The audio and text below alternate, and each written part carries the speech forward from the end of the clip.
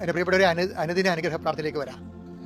ഇന്നത്തെ നമ്മുടെ യാത്രകൾ, നമ്മുടെ ഉദ്യമങ്ങൾ, നമ്മൾ കടന്നു പോകുന്ന വഴികൾ, നമ്മൾ ചെന്ന് കയറുന്ന തൊഴിലിടങ്ങൾ, നമ്മൾ ചെയ്യുന്ന ജോലികൾ, നമുക്ക് കുടിശ്ശികയായി ചെയ്ത് തീർക്കാനുള്ള ബാധ്യതയായിട്ടുള്ള വിഷയങ്ങൾ, നമുക്ക് കണ്ടുമുട്ടുന്ന വ്യക്തികൾ, അവരോട് സംസാരിക്കേണ്ട കാര്യങ്ങൾ, എടുക്കേണ്ട തീരുമാനങ്ങൾ, നടപ്പിലാക്കേണ്ട കാര്യങ്ങൾ, ഇന്ന് കൈവരിക്കേണ്ട വളർച്ച, ചില നിർണായകമായ നിമിഷങ്ങളും കൂടിയാലോചനയും കൂടിക്കാഴ്ചകളും ഉണ്ടെങ്കിൽ അത് എല്ലാം സമർപ്പിച്ചുകൊണ്ട് പ്രാർത്ഥിക്കാൻ പറ്റിയ ഏറ്റവും സുവർണമായ ഒരു അവസരമാണിത്. കർത്താവിൻ്റെ കൂടെ ഈ ദിവസം തുടങ്ങാൻ കഴിയുന്നു. അമ്മയുടെ മാധ്യസ്ഥതയിൽ ആരംഭിക്കുന്ന ഒരു ദിവസമാണിത്. കർത്താവെ, ഞങ്ങൾക്ക് ഈ അവസരം തന്നതിന് നന്ദി പറയുന്നു. കർത്താവിൻ്റെ മക്കളിൽ നിന്ന് കടന്നു പോകുന്ന ഓരോ വിഷയങ്ങളെക്കുറിച്ച് പ്രാർത്ഥിക്കുന്നു.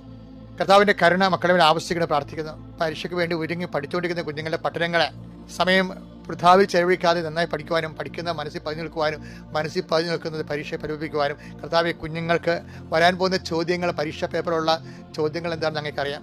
അതനുസരിച്ച് അവസാന വിഷയം സെലക്റ്റീവായിട്ട് പഠിക്കാനുള്ള അവരുടെ തിരഞ്ഞെടുപ്പിൻ്റെ അനുഗ്രഹങ്ങൾ, വിഷയം പഠിക്കാനുള്ള വിഷയം തിരഞ്ഞെടുക്കാനുള്ള പ്രത്യേക അനുഗ്രഹങ്ങൾ അങ്ങനെ മക്കൾക്ക് നൽകണമേ എന്ന് പ്രാർത്ഥിക്കുന്നു. കോൺഫിഡൻസോടുകൂടി, ഭയങ്കര ആത്മവിശ്വാസത്തോടുകൂടി പരീക്ഷ എഴുതാൻ അവർ സഹായിക്കണം പ്രാർത്ഥിക്കുന്നു. വീടില്ലാത്തവർ, ജോലി ഇല്ലാത്തവർ, വിസ നഷ്ടപ്പെട്ടവർ, വിസ അന്വേഷിക്കുന്നവർ, സർട്ടിഫിക്കറ്റ് വിദ്യകളുണ്ടായത്, രേഖാമൂലമുള്ള തടസ്സങ്ങൾ, തൊഴിലിൻ്റെ തടസ്സങ്ങൾ, രജിസ്ട്രേഷൻ തടസ്സങ്ങൾ, ഉടമ്പടിയുടെ തടസ്സങ്ങൾ, അതുപോലെ തന്നെ രേഖാമൂലമായ ഗവൺമെൻറ്റുമായിട്ടുള്ള രേഖാമൂലമുള്ള തടസ്സങ്ങൾ, അതെല്ലാം സമർപ്പിച്ച് പ്രാർത്ഥിക്കുന്നു. കർത്താവെ, വീടിന് നമ്പർ കിട്ടാത്തവരെ, വീടും പഞ്ചായത്ത് നമ്പറിൻ്റെ പേരിൽ പല പല ഇഷ്യൂസ് നിലനിൽക്കുന്നവർ, അവരെല്ലാം സമർപ്പിച്ച് പ്രാർത്ഥിക്കുന്നു. ദൈവത്തിൻ്റെ കരുണ അവരുടെ കഴിവിനേക്കാൾ ഉപരി നമ്മുടെ വളർച്ചയെ, നമ്മുടെ സമാധാനത്തെ പാരവെക്കുന്ന, തുരങ്കം വെക്കുന്ന നാരകീയ ശക്തികൾ യേശുവിൻ്റെ നാമത്തിൽ നിഗ്രഹിക്കപ്പെട്ടെന്ന് കൽപ്പിക്കുന്നു.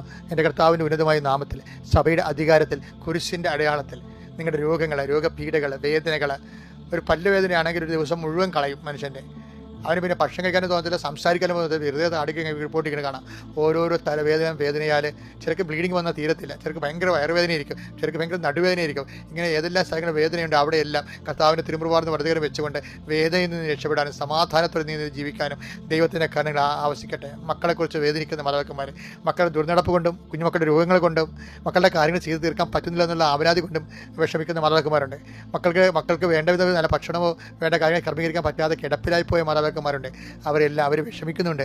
അവരെല്ലാം ഓർത്ത് പ്രാർത്ഥിക്കുന്നു. അവരെല്ലാം കിടക്കുന്ന എത്രയും വേഗം രോഗം വിട്ടുണർന്ന് അവർ നല്ല ചൈതന്യത്തോടെ കർത്താവിൻ്റെ വേല ചെയ്യാൻ വേണ്ടി അവർ അനുഗ്രഹിക്കണമെന്ന് പ്രാർത്ഥിക്കുന്നു. എൻ്റെ കർത്താവിൻ്റെ ഉന്നതമായ നാമത്തിൽ തൊഴിൽ സംബന്ധമായ കാര്യങ്ങൾക്ക് വീട്ടിൽ നിന്ന് സഞ്ചരിച്ചു പോകുന്നവരെ അനുഗ്രഹിക്കണമേ. പരീക്ഷയ്ക്ക് വീട്ടിൽ നിന്ന് സഞ്ചരിച്ചു പോകുന്നവരെ അനുഗ്രഹിക്കണമേ. അവർ ഉപയോഗിക്കുന്ന വാഹനങ്ങളെ ആശീർവദിക്കണമേ. വീട്ടിൽ തിരിച്ചെത്തുന്നവരെ കർത്താവിൻ്റെ കാര്യം ഉണ്ടാകട്ടെ. നിൻ്റെ ജോലി, നിൻ്റെ ജീവിത മാർഗ്ഗങ്ങൾ തടസ്സപ്പെട്ടിരിക്കുന്നവരെ, നിൻ്റെ ജീവിതം നിനക്ക് കടങ്ങൾ തരാൻ നീ കൊടുത്ത കാശ് തിരിച്ചു കിട്ടാൻ വേണ്ടി പ്രാർത്ഥിക്കുന്നവരുണ്ട്. അവിടെ മേലെല്ലാം കർത്താവ് നിനക്ക് തരാനുള്ള ആൾക്കാർക്ക് തരാനുള്ള മനസ്സും തരാനുള്ള നിവൃത്തിയും ഉണ്ടാകാൻ വേണ്ടി പ്രാർത്ഥിക്കുന്നു. എൻ്റെ കർത്താവിൻ്റെ ഉന്നതമായ നാമത്തിൽ, സഭയുടെ അധികാരത്തിൽ, കുരിശടയാളത്തിൽ പ്രാർത്ഥനയ്ക്ക് സാക്ഷ്യം ഉണ്ടാകാൻ വേണ്ടി പ്രാർത്ഥിക്കുന്നു.